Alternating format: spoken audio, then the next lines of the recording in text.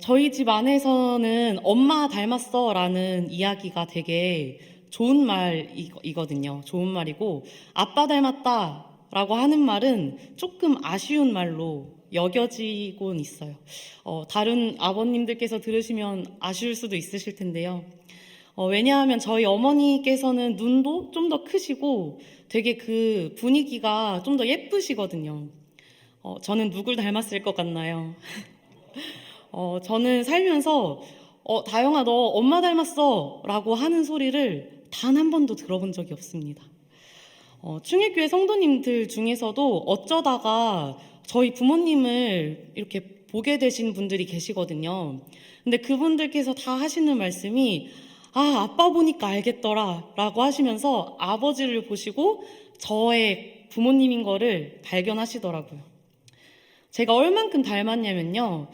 지금은 안경을 잘 쓰지 않고 다녀서 그렇지 고등학교 시절 때는 안경을 이제 쓰고 다녔었는데 어느 날은 친구랑 이제 목욕탕을 갔다가 나오는 길이었어요.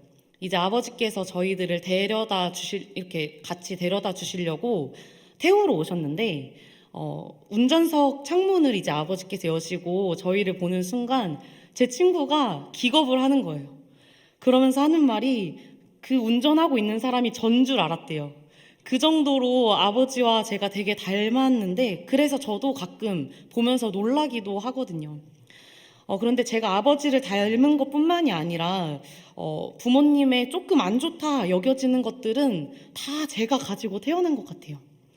저희 오빠는 이제 피부도 하얗고 치아도 되게 고르게 나고 눈 시력도 정말 좋거든요. 아무리 핸드폰을 많이 하고 컴퓨터를 가까이 해도 눈 시력이 좋고 눈도 크고 그런데 저는 이제 피부도 까맣고 저는 오빠를 보고 자라서 제 피부가 하얀 줄 알았어요. 근데 알고 보니까 검맣더라고요.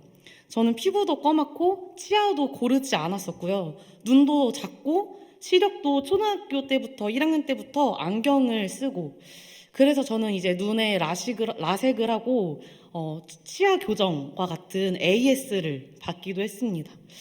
그렇게 AS를 해주신 어머니께서는 저를 볼 때마다 AS를 안 해준 곳이 없다고 말씀을 하시면서 매번 얘기를 하세요. 그런데 저라고 이렇게 태어나고 싶어서 태어난 건 아니지 않나요? 태어나 보니 이렇게 되었던 것입니다. 그래도 함께 이 시간 같이 인사해 봤으면 좋겠습니다. 하나님을 닮으셨네요. 하나님을 닮으셨습니다. 가볍게 시작한 이야기이지만 세상에는 이렇게 태어날 때부터 그리고 어른이 되어서 자라기까지 그리고 어른이 되어서도 겪는 억울한 일이 종종 있는 것 같습니다. 동생이 잘못했는데도 혼나는 거는 형일 때가 있죠. 얼마나 억울할까요? 지난번에 제가 유치부실에서 6살 남자아이랑 이렇게 있는데요. 그 아이가 갑자기 제 등을 엄청 세게 때리는 거예요. 그래서 저는 정말 당황스러워서 뭐지? 하고 그 아이를 쳐다봤습니다. 무슨 일이 일어났을까요? 그 아이가 갑자기 우는 거예요. 맞은 거는 전데 우는 거는 그 아이인 것입니다. 그런데 그때 다른 집사님도 옆에 계셨었거든요. 그 아이가 절 때린 거를 보지 못하셨던 것 같아요. 저 때문에 울었다고 생각하시겠죠? 저는 정말 그 상황이 억울했습니다. 또 정직하게 일했다가 승진하지 못하는 직장인들도 있고요. 사실이 아닌 일에 휩싸여서 오해받고 손가락질을 받는 사람들. 이렇게 세상에는 억울한 일들이 정말 많이 있는 것 같습니다. 오늘 본문에서도 저희가 잘 알고 있는 요셉의 이야기가 나오죠. 요셉도 참 억울한 삶을 살았는데요. 오늘 말씀에서는 요셉이 이제 바로의 신하인 보디발의 집의 관리를 이제 맡게 되었던 상황인데요. 이때 보디발의 아내가 동침하기를 요셉에게 청합니다. 그런데 집 사람들도 없고 아무도 없고 보디발의 아내에게 잘 보여서 더 잘 될 수도 있는 그 유혹이 있는 상황인데 그 유혹에도 불구하고 요셉은 이렇게 반응을 합니다. 창세기 39장 8절 9절 말씀을 함께 읽어보도록 하겠습니다. 요셉이 거절하며 자기 주인의 아내에게 이르되 내 주인이 집안의 모든 소유를 간섭하지 아니하고 다 내 손에 위탁하였으니 이 집에는 나보다 큰 이가 없으며 주인이 아무것도 내게 금하지 아니하였어도 금한 것은 당신뿐이니 당신은 그의 아내임이라. 그런즉 내가 어찌 이 큰 악을 행하여 하나님께 죄를 지으리까? 아멘. 그런 상황, 그런 유혹에 있었음에도 불구하고 이 요셉은 하나님 앞에, 그리고 집주인인 보디발의 앞에, 그리고 사람들 앞에 부끄럽지 않은 떳떳한 자로서 그 요셉은 반응을 했다는 거예요. 그런데 그 결과 요셉에게 거절당해서 화난 그 보디발의 아내가 보디발에게 거짓말을 해서 결국에는 억울하게 요셉은 옥에 갇히는 꼴이 되어버립니다. 가만히 있다가 맞은 것도 속상한데 상대방이 울면 얼마나 억울할까요? 가만히 있다가 애굽에 끌려간 것도 너무 속상한데 그 애굽 사람 집에서 하나님 앞에서 열심히 살다가 옥에 갇혔으니 이 요셉은 얼마나 더 억울할까요? 그래서 그런지 이미 속상하고 억울한 일을 많이 당했던 이 요셉이 삶이 완전히 바뀔 만큼의 일들, 그런 억울한 일들을 당하면서도 한마디 하지도 않았던 이 요셉이 오늘 본문에서 드디어 자기의 심정을 거의 처음으로 얘기합니다. 14절의 말씀을 함께 읽어보겠습니다. 14절입니다. 당신이 잘 되시거든 나를 생각하고 내게 은혜를 베풀어서 내 사정을 바로에게 아뢰어 이 집에서 나를 건져주소서. 아멘. 같이 감옥에 갇힌 신하의 꿈을 이제 해석을 해주는데 자신이 해석한 대로 일이 잘 풀리면 나 좀 건져달라는 거예요. 한 번도 억울한 표를 내지도 않고 묵묵하게 다녔던 이 요셉이 처음으로 그 심경을 표현한 장면입니다. 건져주소서라고 번역된 이 히브리어 단어는 밖으로 나가다라는 뜻을 가지고 사용이 되었는데요. 이것을 볼 때 요셉이 얼마나 감옥 생활에서 벗어나서 나가고 싶어 하는지, 밖으로 나가고 싶어 했는지 알 수 있는 것입니다. 공동번역본으로도 읽어보면 그 감정을 더 확실하게 볼 수 있습니다. 그러니 제발 당신이 잘 되시는 날 나를 생각해 주십시오. 나에게 친절을 좀 베풀어 주셔야 하겠습니다. 파라오에게 내 이야기를 하여 이 집에서 벗어나게 해 주십시오. 이 집에서 벗어나게 해달라는 거예요. 그리고 15절의 말씀, 나는 히브리 땅에서 끌려온 자요 여기서도 옥에 갇힐 일은 행하지 아니하였나이다. 이 말씀을 통해 요셉은 아주 강력하게 자신의 결백을 주장하는 것입니다. 우리 서로가 기도하는 기도 제목이 모두 다를 텐데요. 하지 않던 기도를 해보신 적이 있으신가요? 하지 않던 기도를? 제 주변에 기도하시는 분들을 보면 각자 기도하지 않는 분야가 있더라고요. 기도하지 않으시는 분야. 어떤 사람은 물질을 달라는 기도를 절대 하지 않아요. 그 기도가 하나님 앞에 뭔가 타당하지 않게 여겨지신다고 해요. 또 어떤 사람은 결혼이나 배우자에 대한 기도는 하지 않습니다. 그 기도가 조금은 부끄럽고 남사스럽다라고 생각이 된다고 해요. 이런 기도 제목들 말고도 또 여러 가지의 분야들이 있을 텐데요. 그런데 이렇게 물질에 대해 기도하지 않던 사람이 갑자기 물질을 달라고 기도를 한다면, 그리고 배우자에 대한 기도를 하지 않던 사람이 결혼과 배우자에 대해서 기도를 한다면 그 사람들이 얼마나 간절해졌기에 원래 기도하지 않는 부분이었음에도 불구하고 이제 와서 하나님께 매달리며 기도하냐는 거예요. 얼마나 간절하기에 기도하지 않던 것을 기도를 하기까지 간절하냐라는 것이죠. 형들로부터 구덩이에 던져지면서도 또 이스마엘 사람들에게 팔려가면서도 그리고 애굽 사람의 집에 또 다시 팔려가면서도 그리고 지금 옥에 갇힐 때까지도 아무 말하지 않던 요셉이 오늘 본문에서와 같이 얘기했다는 것은 그가 얼마나 결백했고 또 억울했고 얼마나 밖으로 나가기를 원하는지를 보여주는 것입니다. 이렇게 성경에서 처음으로 나오는 요셉의 간절함, 그것이 그의 첫 기도 제목일 수도 있다면 이 정도는 하나님께서 들어주셔야 되지 않을까요? 지금까지 군말 없이 잘 견뎌온 요셉이었잖아요. 지금까지 믿음 생활 잘 견뎌온 우리지 않습니까? 그러면 이 정도는 이렇게 간절한 기도 제목이라면 들어주셔야 되지 않을까? 그런데 어떻게 되냐면요. 23절의 말씀을 같이 읽어보도록 하겠습니다. 술 맡은 관원장이 요셉을 기억하지 못하고 그를 잊었더라. 아멘. 그 기도 제목은 잔인하게도 응답되지 않습니다. 요셉이 처음으로 그렇게 심경을 표현한 장면인데도 그 기도 제목은 곧바로 이루어지지 않아요. 요셉이 그렇게 바랬는데 술 맡은 관원장은 요셉을 까마득하게 잊어버립니다. 그러고 나서 만 2년이라는 시간이 흐릅니다. 만 2년 동안 이 요셉은 잊혀졌다라는 것이죠. 우리도 너무 간절한데 이렇게 응답되지 않는 많은 기도 제목들이 있지는 않으신가요? 심지어 더 이상 감당할 수 없는 그 고난 앞에, 그리고 그 고난으로 하나님 앞에 분명히 이전보다 더 크게 부르짖음에도 불구하고 그 기도 제목이 응답되지 않는다면 하나님을 떠나시겠습니까? 아니면 하나님을 떠나지 않고 견디시겠습니까? 제가 신학교에 다닐 때 학교 지하에 있던 헬스장을 자주 가고는 했었습니다. 거기에서 뭐 다른 운동을 한 게 아니라 러닝머신을 그렇게 했어요. 왜 그렇게 달렸는지를 모르겠는데요.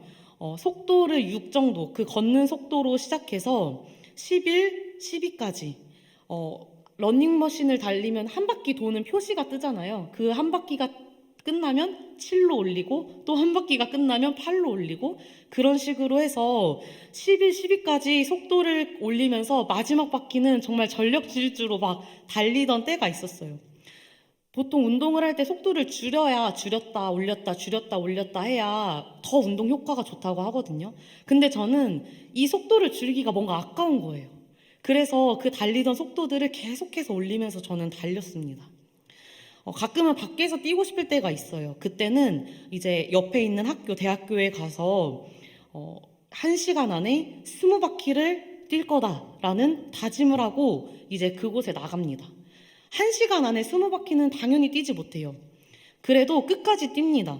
끝까지 뛰어서 그 1시간과 최대한 가깝게 끝내기 위해서 계속해서 달렸던 적이 있습니다. 친구들이 보면, 그리고 저 스스로 볼 때도 이런 모습이 조금 미련해 보이기도 하거든요.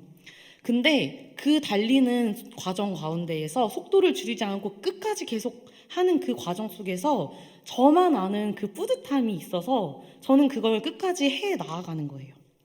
어떻게든 달렸을 때 느끼는 저만 아는 뿌듯함이 있는 것입니다.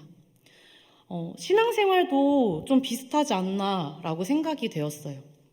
그 간절한 기도 제목이 응답되지 않아도 끝까지 믿는 믿음을 가진 사람들, 계속 달리는 사람들, 미련해 보이기도 하고 오히려 남들이 볼 때는 안타까워 보이기까지 해요.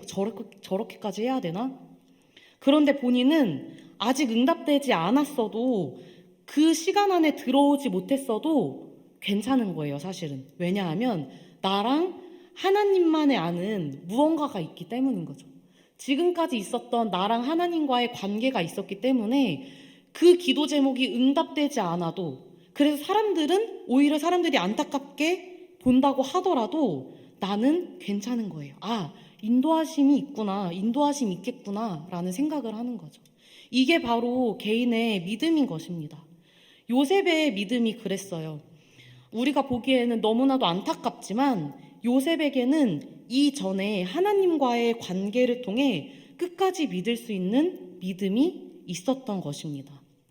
본인과 하나님과의 관계에서 쌓아놓은 것이에요. 그래서 14절의 말씀, 그 공동번역본의 말씀을 같이 한번 읽어보았으면 좋겠는데요. 함께 읽어보겠습니다. 그러니 제발 당신이 잘 되시는 나를 생각해 주십시오. 나에게 친절을 좀 베풀어 주셔야 하겠습니다. 파라오에게 내 이야기를 하여 이 집에서 벗어나게 해 주십시오. 아멘. 요셉은 술 맡은 관원장의 꿈을 해석하면서 그것이 미래에 있을 일임에도 불구하고 또 이루어질지 안 이루어질지 알지 못하는 일임에도 불구하고 마치 이미 이루어진 일을 묘사하는 것처럼 얘기를 하고 있어요. 감옥에 있는 것이 분명히 요셉에게 큰 고난이고 아주 간절하게 감옥에서 나가고 싶은 마음과 더불어서 하나님이 이 사람을 통해 자신을 감옥에서 건져줄 것을 굳게 믿고 있는 것입니다. 하나님에 대한 그의 믿음이 이 이야기 속에서 확신에 가득 찬 이 요셉의 말을 통해서 은연중에 그 믿음이 나타나고 있다는 거예요. 당장의 응답이 이루어지지 않는다고 하더라도 지금까지의 하나님과의 관계를 통해 끝까지 믿는 것입니다.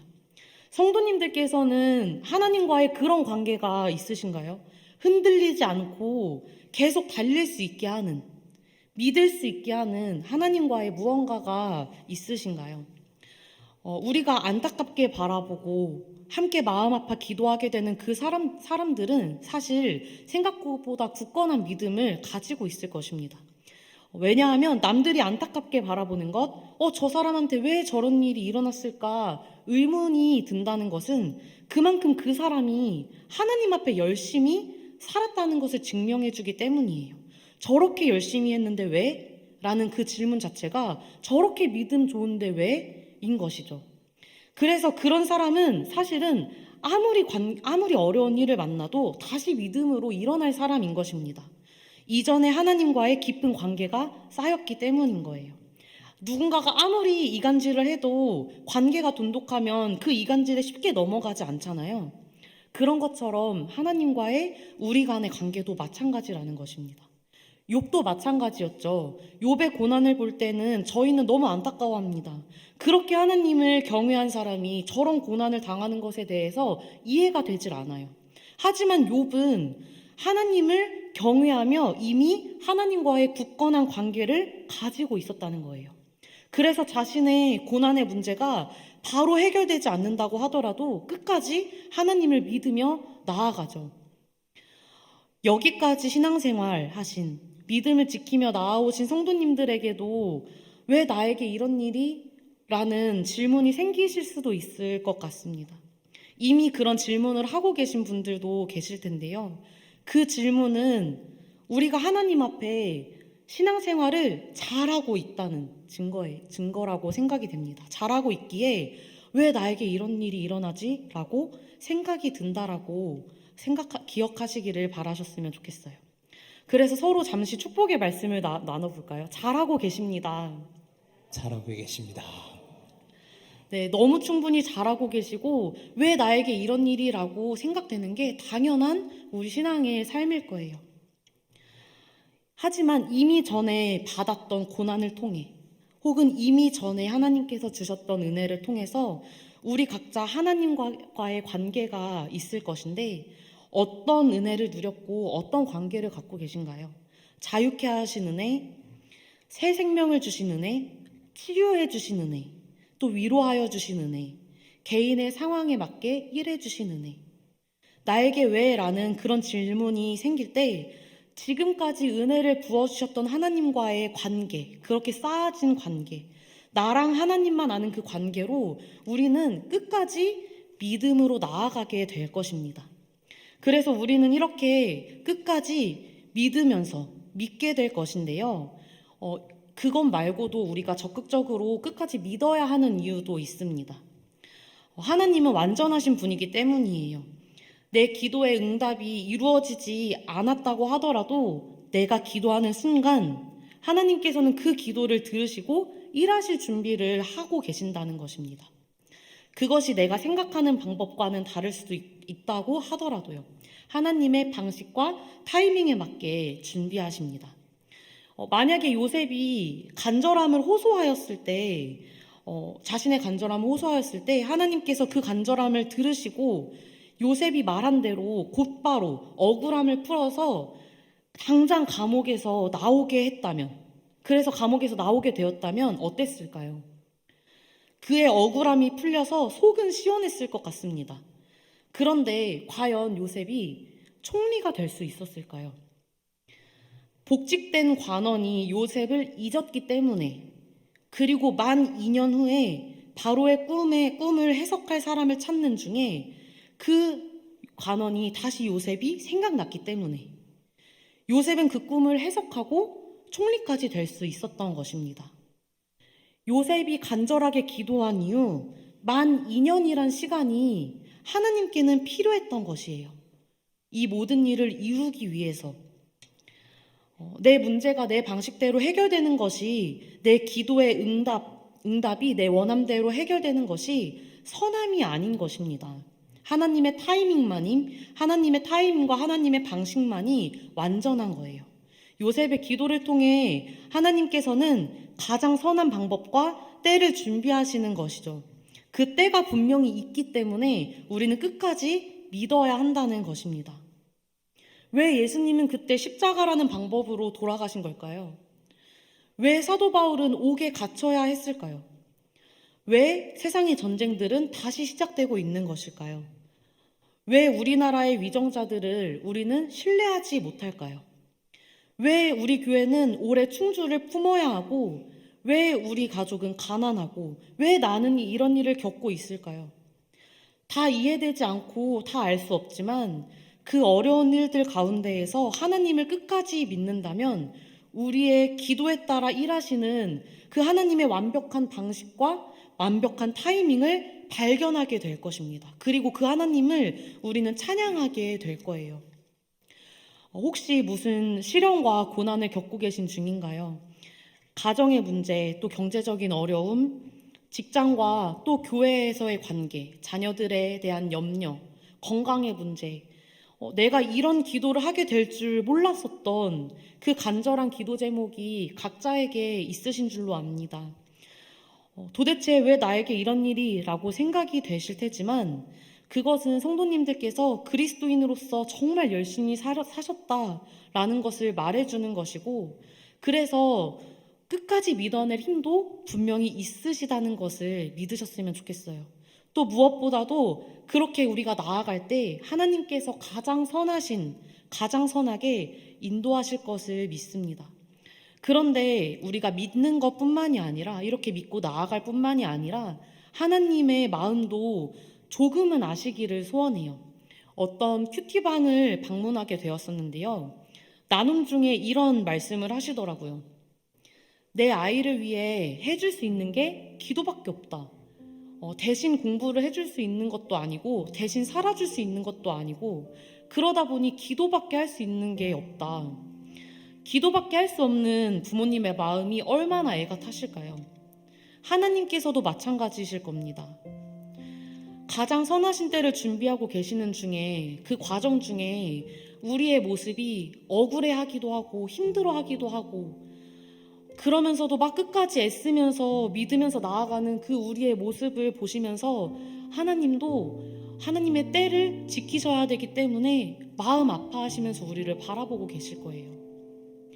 그저 정말 잘 이겨내주길, 그 믿음의 싸움에서 이겨내기를 믿어내주기를 바라실 것입니다. 왜라는 물음이 우리에게 있을 것이지만 완전하신 그 하나님의 방법과 타이밍을 끝까지 믿으면서 그리고 우리를 안쓰럽게 보시면서 그 때를 준비하시는 하나님을 신뢰하면서 지금처럼 잘 살아내시길 예수님의 이름으로 축복합니다.